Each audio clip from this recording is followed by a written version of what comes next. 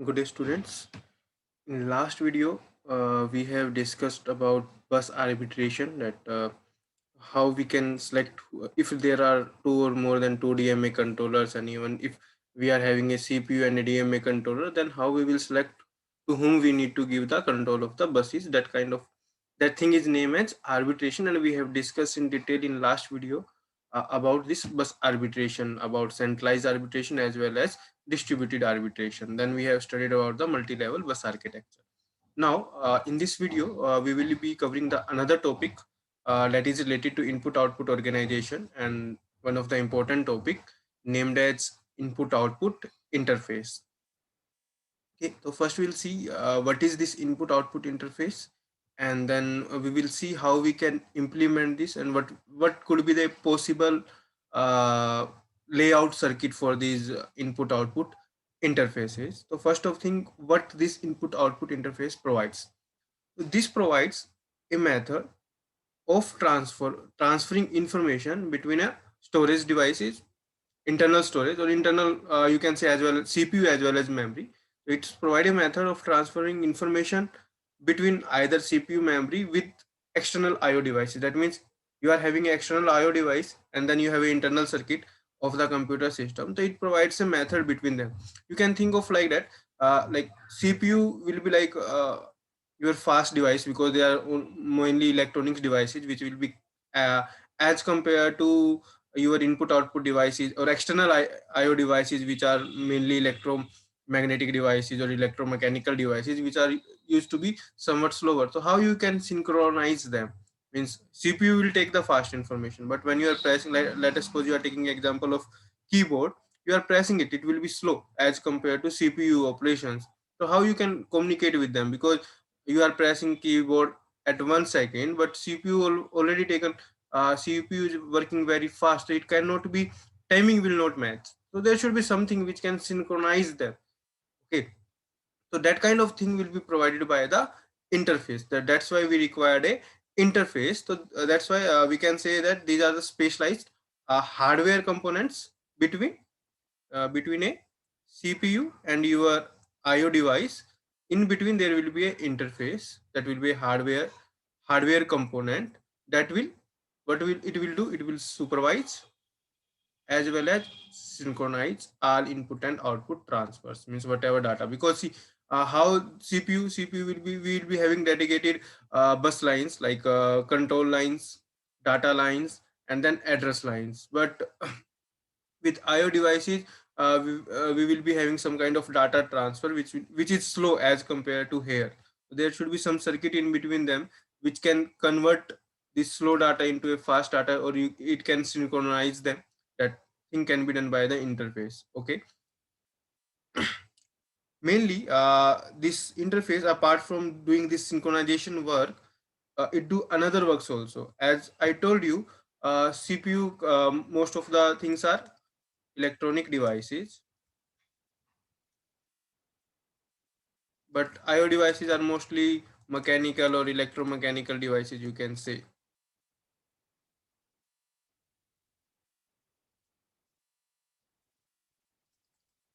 Electromechanical, you can say, or like keyboard, printer, all these are things. Okay, so electromagnetic mechanical devices, like you are pressing a keyboard. Okay, so you are doing some mechanical work, signal is different. But electronic devices, signal should be totally electronic in terms of bits and all. Okay, so there should be some conversion system. Apart from speed, your signal should be converted. Like in your EMI, I think electromagnetic measurement subject, you have studied about transducer and all. So this kind of conversion of signals also required. So that will be done by the interface. One thing I already discussed you, data transfer rate, because peripherals are almost slower as compared to CPU. So there can be some kind of mechanism which can make a combination between two speeds, or you can say synchronization mechanism. Then third work, that this interface unit do data formats, because peripherals mainly works in bytes or blocks, but CPU and memory will be working in terms of word. So data format is different, so that need to be changed, and then operating mode can be different. So these four types of works will be provided by this interface unit. So you can see how this will be placed. uh, there will be a processor, then we will be having some dedicated line data line, address lines, and control bus for every IO device. Either it is a keyboard, either it is a printer, or either it is any other secondary storage device in terms of magnetic tape or magnetic disk, whatever it is there. Definitely for every IO device there will be a different interface circuit. For every IO device there should be an interface circuit which can make the conversion. Okay, so one side of this then you can say this interface is there. So one side there are these dedicated lines, one side of the interface we are having these dedicated bus lines that are address, data, and controls lines. On the other side of interface, this is first side. On the other side we will be having a single data path. You can say this is a data path. Why we are saying a data path? Because it will send the data between it will take the data from the IO devices. Okay, means if it is an input device it will take the data, if it is output device it will give the data depending upon the data on these bus lines, or it will just transfer the data from the buses to the IO devices by after doing that synchronization and convergence, signal conversion. All these things will be done. Okay, now but you can say, sir, here there are three lines, here there is only one data path, so there should be something here at this point. Okay, this side is named as port, this side of the interface is named as port, and this port can be classified into two things.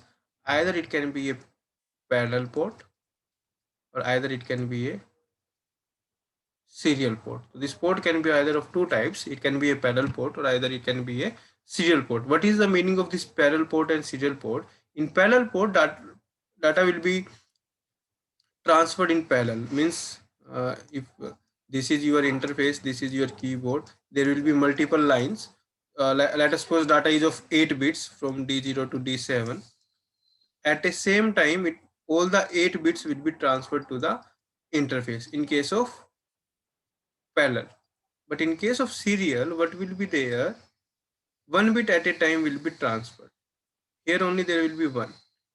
Okay, there will be only one line, and your D0 to D7 will be transferred one by one. It can, depending upon the technology that a particular system is using, it can be there that first LSB will be transferred, or first MSB will be transferred. That means first D7 can go D7, then another time it will go after D7, D6 will go, after D6 D5 will go, after that D4 will go. Or it can be the reverse process, that first D0 will go, then D1 will go, then D2 will go. Anything can, but it will go bit by bit. At a time only one bit will go. But in case of parallel port, all the bits, depending upon how much wide your data bus is there. If it is a 8-bit data bus, 8 bit will be sent at a time. If it is a 16-bit data bus, all the 16 bits will be transferred at a single time. That will be parallel communication. So in that way we'll be having two kinds of port, parallel ports and serial port. So we will be discussing this parallel port circuit as well as serial port circuit one by one. So first starts with parallel port. In parallel port also we will be having two kind of things. Either it is an input port, it is like this particular port is taking the data as an input, means it is connected with the input device, and then we will discuss if it is connected to a output device like the case of printer. And for input device we will take the example of a keyboard. You can see a simple block diagram for this parallel port. There is a keyboard, this is our input device. That's why as I am connecting an input device to a particular interface, you can see this is your CPU, this is your peripheral device or IO device. Okay, this is external circuit with the peripheral device itself. Then in between them there will be a interface. Why I am saying it is input interface? Because it is connected to a input device. That's why I am saying a input interface. Okay, so you can see how it is going to work. Let us suppose uh, on our keyboard there will be so many keys are there. You are going to press only one key. First step what you will do, you have pressed the key has been, any single key has been pressed. As soon as key will be pressed, the particular key will go to the go to the encoder and debouncing circuit, because uh, on your keyboard you can find out it is 1 2 3 4, and then alphabets are there, A B C D and all those things, but our computer system works on ASCII codes. Or okay, so this encoder circuit, what will do, particular key will be encoded to respective ASCII code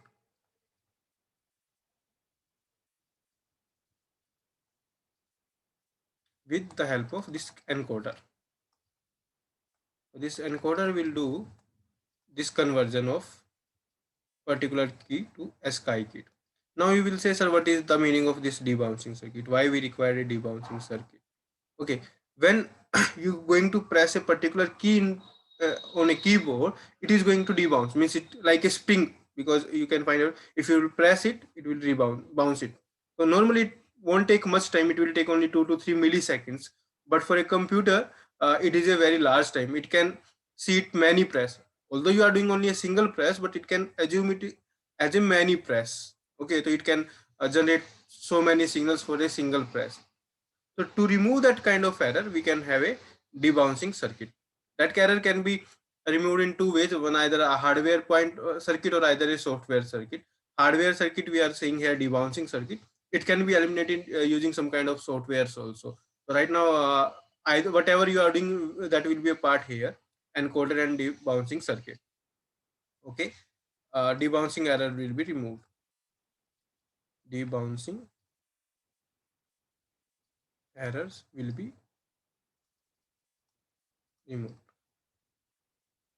in the second step. Now what will happen? Third step. As soon as particular data is there, means converted encoded data is there, this will send a valid signal. Data will be placed on data path. Data will be placed on data path, that is here, and a valid signal is sent to interface. So this valid signal, earlier it used to be 0, it will be converted into 1, and it will be sent to the input interface. As soon as this input interface will get this valid signal, okay, that it will assume that a key has been pressed and the respective encoded data is there on the data. So as soon as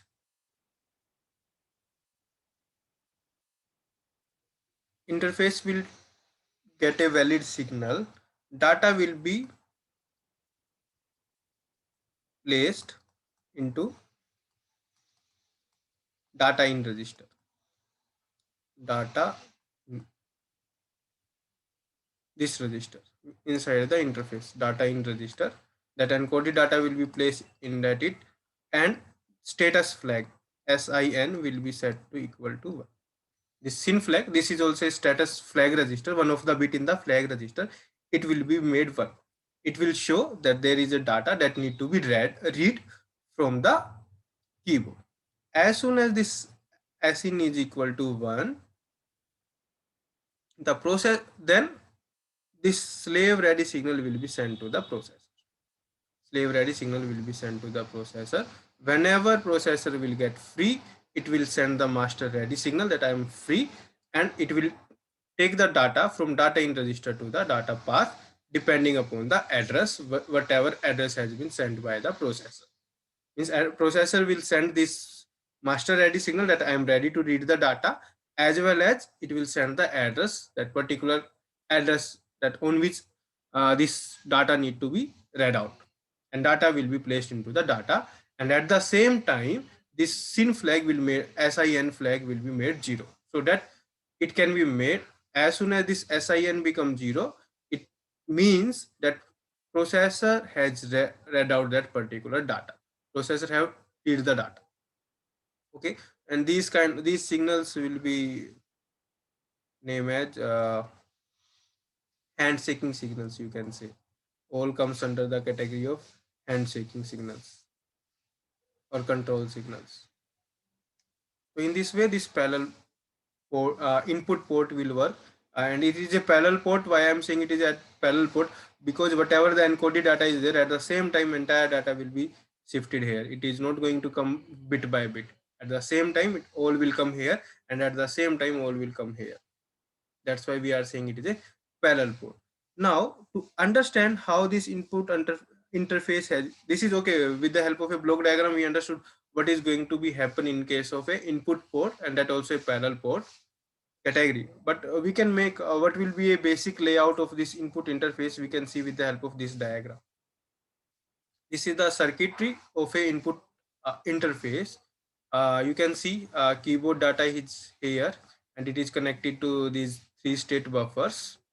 Whenever a valid signal is going to come, it is going to be read out by that particular bus. Apart from that, there is an address decoder. You can see it is of 32 bit.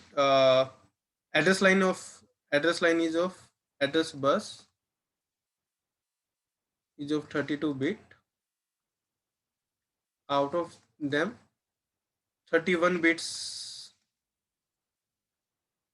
MSB bits, not the lower bits, MSB bits will be used for address decoder.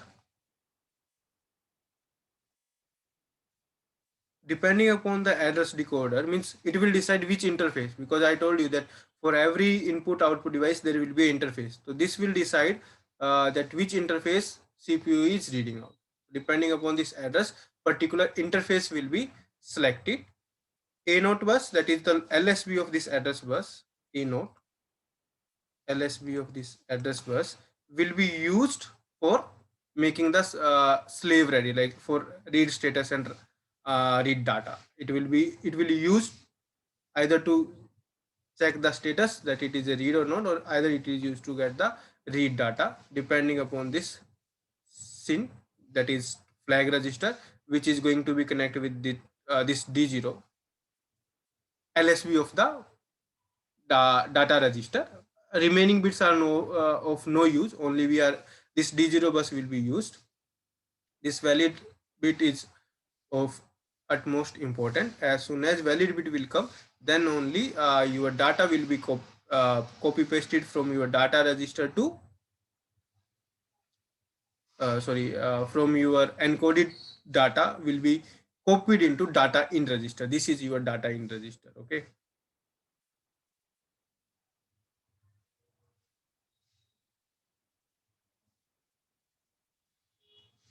As soon as valid will come, data in your data will be copy pasted into a data in registers, and this SIN flag will be made into one. This is how this interface will work, and then again this master ready and read out signals are there for read status and uh, read write works. This is all about how parallel port will be working for an input interface. Now let us go, or let us have a study how it will work for a output device. So here, that's why we are saying it is an output port, because the peripheral is a output device. Here we are taking an example of a printer. You can see this is a printer, that is peripheral device, then this is a processor. In between them there will be a circuit that will be named as a interface circuit, and as we are talking about a output circuit, we are saying it is a output interface. Like our input interface, it also will be having a data register. There we are saying a data in register. Here I am naming it is a data out register. Again we will be having a flag bit. There I am saying a serial S in, status in. Here I am saying a status out. This part will remain same, because as I told you, the one side of the interface will be, we will be having that control lines, data lines and address lines. So data lines, address lines, and these are the part of your control lines. And one side will be having the data path. This is your data path, and this is your handshaking signals. There we will be having only one valid line, but here we are having two things, valid and idle. Apart from that, everything is same for input port as well as the output port. So how it will work here? What will happen, as soon as if printer is free to print, whenever printer is free to print, it will send a idle signal to the output interface. This will be your first. Okay, whenever printer is free, it will send a idle signal to the output interface that I am free to print. I am free to print. Whenever this output interface will get this idle signal, the data from the processor will be copy pasted into this data out register, which is going to be print. The data which is going to be print will be copy pasted into this data out register, and this S out flag will be made into, means there is a data which is ready to be printed. As soon as this S out will become 1, this valid line will be high. You can assume this is your second step and this will be your third step. In the third step, this interface circuit will send a valid signal to the printer that I got the data which need to be printed and it is valid. As soon as this printer will get this valid signal, data will be pasted into this printer. It will be going for the print purpose. Whatever there is on the data out register, it will be printed on the printer. And at the same time, this 1 will be converted into 0. That means data has been taken by the printer to print. So this is how a output port is going to work. It is almost very similar to the input port. Only in input port we will be having only a valid line, but here we are having valid and idle line, because here printer need to send a signal that I am free to work. That's why we are having to, and these are again handshaking signals. So if you will see, entire circuit is almost same, apart from this, here we have having a handshake signal, as compared to here we are having just a valid line, here we are having a handshake signal control. That is the only difference between the input port and output for a parallel port combination. So this is all about the parallel port, how a parallel port is working.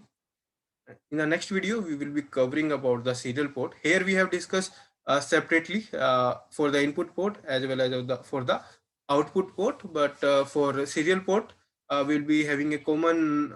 We will be discussing only a common layout that can be used for input port as well as the output port, that we are going to study in the next video.